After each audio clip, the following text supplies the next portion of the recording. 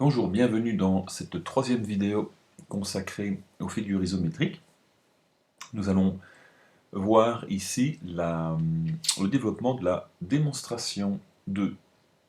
Alors commençons par l'énoncé. On nous dit, dans le parallélogramme ABCD, on nomme le point P le milieu du segment AC. On trace une droite D passant par ce point P. Alors elle coupe, donc la droite D, elle coupe la droite AB en R et la droite CD en S. Démontre que les segments AR et CS sont de même longueur. Alors ici, ce que nous allons faire, c'est la figure qui doit évidemment représenter au mieux l'énoncé. Il doit y avoir au niveau de la figure un maximum de renseignements que nous allons utiliser pour après démontrer que les segments AR et CS sont de même longueur. Et bien ici donc, voici le dessin, nous avons bien un parallélogramme ABCD. On dit que le point P est le milieu du segment AC. Le segment AC ici est une diagonale. On place P qui est au milieu de ce segment, donc de cette diagonale. Et puis on vient tracer une droite D.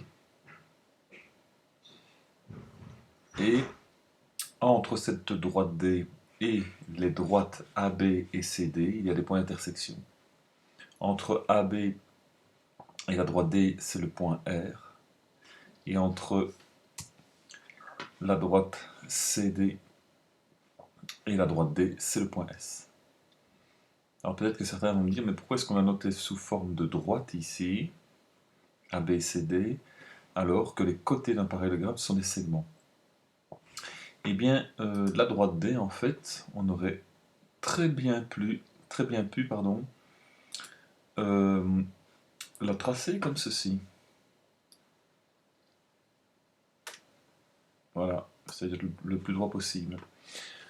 La tracer comme ceci en passant par le point P, et donc, où se seraient retrouvés les points d'intersection entre cette droite D et les droites AB, eh bien il aurait fallu ici prolonger en fait, voilà, les côtés du parallélogramme. Si je prolonge le côté du parallélogramme ici, eh bien j'obtiens un point d'intersection, j'obtiens le point S.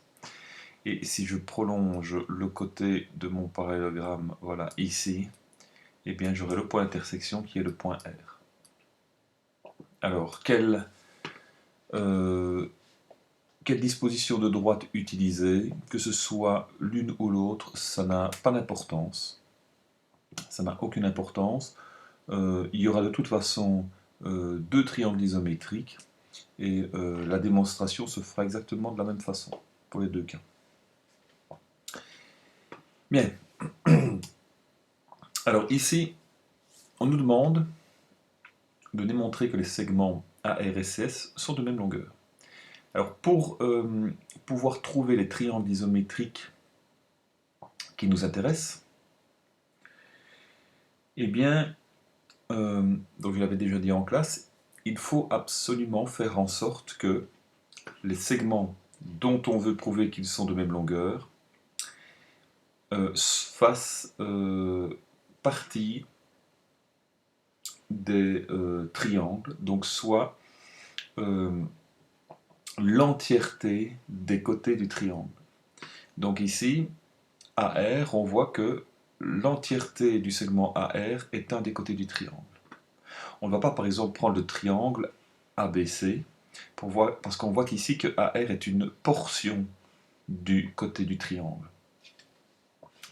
Donc on va prendre un triangle qui a comme côté l'intégralité du segment AR. Et donc forcément, c'est ce triangle-ci, le triangle ARP.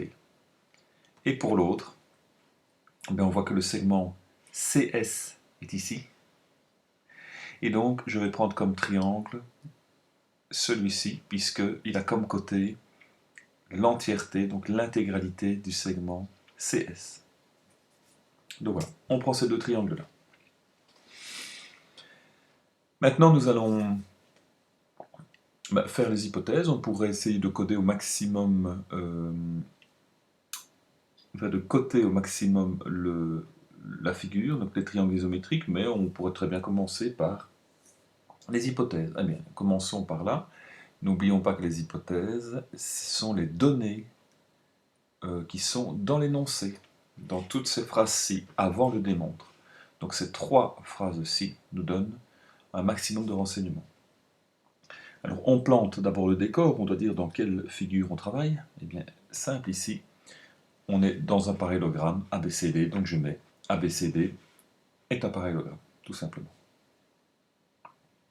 Ensuite, on dit que P est le milieu du segment AC. Donc le point P, le milieu du segment AC, eh bien on le remet tel quel. On avait déjà vu ça dans la première démonstration, donc voilà. C'est de cette façon-là qu'il faut l'écrire. Et puis on dit qu'on trace une droite D passant par P. Bien là, bon, comment pourrait-on essayer de noter ça mathématiquement? Si la droite passe par le point P, c'est que le point P appartient à la droite. D'accord? Donc, j'écris que le point P appartient à la droite D. Voilà.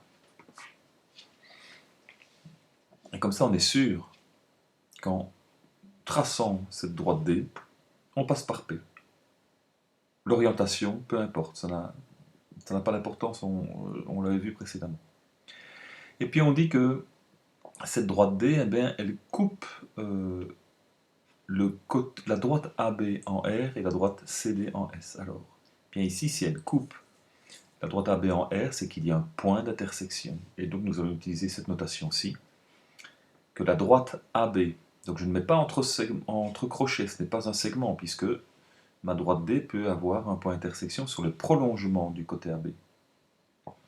Donc ma droite AB inter la droite D, donc ça veut dire que à l'intersection de la droite B et de la droite D, eh bien nous avons le point d'intersection R.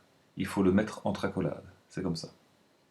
Donc ça se lit AB inter D égale R. Donc la droite AB inter la droite D égale le point R. Même chose pour le point S. La droite DC inter la droite D est égale au point S. Maintenant, on a tous les renseignements qu'il faut. Alors, une bonne chose pour savoir si les hypothèses sont complètes, quelqu'un qui lit vos hypothèses doit être capable de reproduire la figure. Voilà. Ça, c'est une bonne chose peut-être pour vous contrôler. Vous reprenez une feuille au brouillon, vous relisez les hypothèses que vous avez écrites et vous essayez de refaire la figure. D'accord? S'il manque des choses ou si vous n'arrivez pas à bien construire, c'est qu'il manque quelque chose dans les hypothèses. Ou alors que ce n'est pas clair. Bien, évidemment, oui, il faut bien maîtriser toutes ces notations-là. Donc, il faut les revoir et les revoir et les revoir. La thèse, maintenant, la thèse, n'oubliez pas, la thèse, c'est ce qu'il faut démontrer, ce qu'il faut prouver. Or, cela se trouve après le démontre que. Donc, démontre que les segments AR et CS sont de même longueur. Ça, il y a moyen de le coder mathématiquement. Voilà. On met bien que la mesure du segment AR égale la mesure du segment CS. Alors, ici, attention, on l'a écrit ici dans la thèse, il faut le prouver. Ne venez pas utiliser ça dans les justifications. Ah, la mesure de AR, c'est égal à la mesure du segment CS. Donc c'est bon, je peux aller mettre des cotes ici pour dire que c'est la même chose. Non, la thèse, c'est ce que l'on doit prouver, ce que l'on doit démontrer. Donc on ne peut pas l'utiliser dans les justifications. Bien. Alors maintenant, qu'allons-nous utiliser comme cas d'isométrie pour nos triangles ici? Eh bien, on peut les écrire et puis se poser la question. Est-ce que ça serait le cas d'isométrie CCC? Pour ceci, il faudrait 3 paires de côtés homologues, dont on est sûr qu'ils ont la même longueur par paire. Là, en vert, c'est clair, puisque P est le milieu de AC. Mais je vois déjà qu'en fait, la paire de côtés AR et SC, la paire de segments AR et SC, eh bien, c'est ce qu'il faut démontrer. Voilà, démontrer qu'ils ont la même longueur. Donc forcément, le CCC, c'est non. CAC maintenant. Donc ce serait un angle compris entre deux côtés. Eh bien, si on regarde déjà ce côté-là, voilà le premier C, il nous faudrait un angle. Alors, est-ce que l'on pourrait prendre celui-là? Est-ce qu'il y aurait moyen de prouver que ces angles-là ont la même amplitude? Admettons que l'on sache le faire. Voilà, cet angle-ci et cet angle-là. Mais alors, si on parvient à prouver que ces deux-là ont la même amplitude, sont des angles homologues, et bien après, l'autre C ici, et bien ça ne va pas, puisque c'est le côté dont on ne connaît pas la longueur. Donc CAC, donc attention, c'est dans l'ordre que l'on doit trouver les données, CAC, ça ne fonctionne pas parce qu'on ne connaît pas la longueur de cet angle-là. Maintenant, on pourrait peut-être aller dans l'autre sens. Admettons que l'on connaisse ceci, ces angles-là. Et on se dit, ah oui, ces deux angles-là, ils sont de même amplitude. Ben, maintenant, il faudrait connaître la longueur de ce segment-là et de ce segment-là. Est-ce que c'est la même chose? Alors là, vous le sentez en vous que oui, ah oui, mais oui, PR et PS, mais oui, ça se voit que c'est la même chose. Ça se voit, oui, ça se voit, mais vous n'avez jamais vu une propriété qui dit que lorsque l'on trace un parallélogramme, une de ces diagonales, que l'on prend le point milieu de cette diagonale, et puis que l'on trace une droite passant par ce point-là, on obtient deux segments intérieurs ici, d'accord, qui sont de même longueur. On n'a jamais vu ça. Et pourtant, oui, vous le voyez, vous vous dites, mais oui, si, ça a l'air d'être de même longueur. Oui, ça a l'air, peut-être, mais vous n'avez pas la propriété qui le dit. Donc, on ne peut pas utiliser ce côté-là. Donc, c'est assez, c'est non. Donc, il nous reste le cas ACA. Alors, le cas ACA, eh bien, si on part de ce côté-là, il nous faut alors les angles qui sont adjacents à ce côté-là. Eh bien, commençons. Si je prends cet angle-ci et cet angle-là, est-ce que ces angles-là ont la même amplitude? À ton avis, quelle est la propriété qui permettrait de dire que ces deux angles-là ont la même amplitude? Eh bien, ce sont des angles opposés par le sommet. Et des angles opposés par le sommet ont toujours la même amplitude. N'oublie pas, il suffit de faire deux droites séquentes et on a deux paires d'angles opposés par le sommet. Et au sein de chaque paire, l'amplitude est la même. Donc ça, hop, c'est bon, c'est check pour ça. Le côté envers, donc c'est bon. Maintenant, on va aller chercher l'autre paire d'angles, donc celle-ci et celle-là. Alors ça, ces angles-là, qu'est-ce que c'est comme type d'angle? Peut-être pas facile à retrouver parce que ici, évidemment, il y a plein de droites et de segments partout. Eh bien, on va voir ça juste un peu plus loin. Je vais continuer juste mes diapositives. Donc voilà, on va prendre le cas ACA parce que voilà, nous avons les angles opposés par le sommet. Ici, c'est bien ce que j'ai fait. Et les autres angles, donc voilà, on y vient. Regardez ce que je vais faire. Je vais prolonger les côtés, donc les longueurs du parallélogramme. Je garde la diagonale que j'ai prolongée un peu plus. Ça ne vous fait penser à rien, ça? On sait que dans le parallélogramme, les côtés sont parallèles. Donc, ceci, AB, la droite AB est parallèle à la droite DC et je viens couper par une séquente.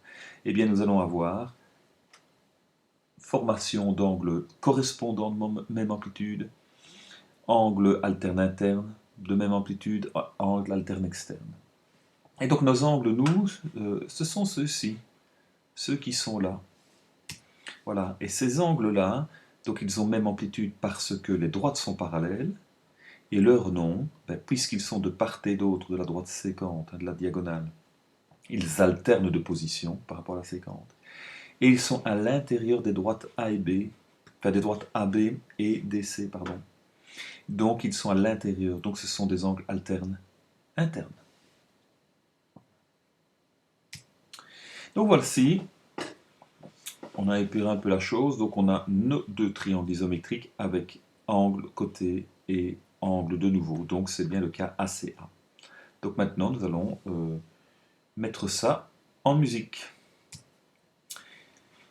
Donc je mets ici mes deux angles, APR et CPS. Et là je vais commencer mon cas d'isométrie ACA. Alors la première lettre, eh bien ça correspond à quoi? Oh, on a le choix, hein, soit on commence par les angles alternes internes ou les angles opposés par le sommet. Eh bien ici, voilà, j'ai commencé par les angles opposés par le sommet, donc attention, la notation, c'est l'angle APR que je viens mettre entre barres verticales, donc là c'est l'amplitude de l'angle APR qui est égale à l'amplitude de l'angle CPS. CPS. Alors pourquoi? Car ce sont deux angles opposés par le sommet. Ne pas oublier qu'à la page 48 se trouvent toutes les justifications, d'accord? Toutes les phrases sont là. Elles ont même été plus simplifiées par rapport à ce que moi je mets ici. Mais bon, voilà. Donc à connaître, à étudier par cœur, pas le choix. Le C maintenant, eh bien c'est voilà, segment envers ici, la paire de côtés homologues. Pourquoi est-ce qu'ils sont de même longueur? Eh bien, ils sont de même longueur parce que, on le dit dans les énoncés, P est le milieu du segment AC. P est le milieu du segment AC. Et le dernier, c'est la paire d'angles alternes internes. Donc on met que l'amplitude de l'angle RAP est égale à l'amplitude de l'angle PCS. Et là, je me suis trompé. Si, c'est bon. PCS. Et donc, comment est-ce que l'on justifie? Eh bien, moi, voilà, je mets car ce sont deux angles alternes internes formés par les deux droites parallèles AB et CD qui sont coupés par la droite sécante D. Dans le cours, c'est encore plus simplifié. On dit car ce sont deux angles alternes internes formés par deux parallèles et une sécante. Voilà. Et moi, voilà, j'aime quand même bien dire quelles sont ces droites parallèles et quelle est cette droite sécante. Et donc, puisque on a maintenant là, on a bien montré que ces triangles-là, on a justifié chaque point du cas d'isométrie, eh bien, on peut dire que eh bien, le triangle ARP est isométrique au triangle CPS. Vous voyez, des fois je mets APR ou ARP, c'est exactement la même chose. L'ordre des lettres n'a pas d'importance ici, parce que c'est un triangle. Donc, le triangle ARP est isométrique au triangle CPS. Alors, pourquoi est-ce que je peux dire ceci? Parce que c'est le critère d'isométrie ACA. Voilà. Dans le cours, souvent il est marqué car ACA, mais bon, moi je mets critère, enfin, c'est pas vraiment un critère, on va dire que c'est voilà, c'est un cas d'isométrie ACA. D'accord? Et donc, une fois que les triangles on a prouvé qu'ils étaient isométriques, eh bien, on peut conclure que eh bien, les côtés AR et SC sont de même longueur, parce que ce sont des côtés homologues de triangles isométriques. Donc ici, la mesure du segment AR égale la mesure du segment SC, car dans tous les triangles isométriques, les côtés homologues sont de même longueur. Voilà, phrase qu'il faut mettre, il faut connaître par cœur. Si ce sont des angles, eh bien on remplacera côté par angle et longueur par amplitude. Voilà, cette vidéo est terminée et on se voit pour la suivante, pour la troisième démonstration.